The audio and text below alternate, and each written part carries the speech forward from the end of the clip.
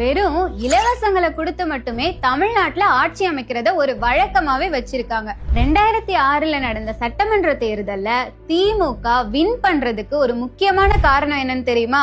அவங்க கொடுத்த இலவச கலர் டிவி தான். 19 வருஷத்துக்கு முன்னாடியே 2000 ரூபாய் மதிப்புல ஒரு கலர் டிவியை கொடுக்க முடிஞ்ச கட்சியால இப்ப வர 2026 தேர்தல்ல என்ன கொடுக்க போறாங்கன்னு மக்கள் ரொம்ப ஆர்வமா எதிர்பார்த்துட்டு இருக்காங்க. எங்களோட பொலிட்டிக்கல் டீம் இப்ப மக்களோட தேவை என்ன, வரப்போற எலெக்ஷன்ல மக்கள் என்ன எதிர்பார்க்கறாங்க, எந்த நல்ல திட்டம் மக்களை கவரும், இப்படி நிறைய பொலிட்டிக்கல் ஸ்டேட்டஸ் எங்க கிட்ட இருக்கு. இப்ப இருக்கிற யங்ஸ்டர்ஸ கவர் பண்ற மாதிரி செல்போன் கொடுக்கலாங்கிறது எங்களோட ஐடியா. நீங்க தலைவரா இருக்கலாம், தலைவரோட இருக்கலாம், இல்லனா புதுசா ஒரு கட்சி ஸ்டார்ட் பண்ணிருக்கலாம். உங்க கட்சியோட வாக்குறுதிகளை மக்கள் கிட்ட கொண்டு போய் சேர்க்கறத நாங்க பாத்துக்குவோம். டெக்னாலஜி வேகமா வளர்ந்துட்டு வர இந்த காலகட்டத்துல உங்க கட்சியோட வாக்குறுதிகளை பேனர்ஸும் பிரச்சாரமும் குறைஞ்ச அளவுல தான் மக்கள் கிட்ட கொண்டு போய் சேர்க்கும். டேட்டா டீம் இருக்கு, டேட்டா மேனிபுலேஷன் டீம் இருக்கு. அது மட்டும் இல்லாம கண்டென்ட் டீம் இருக்கு, ஸ்ட்ராட்டஜி டீம் இருக்கு.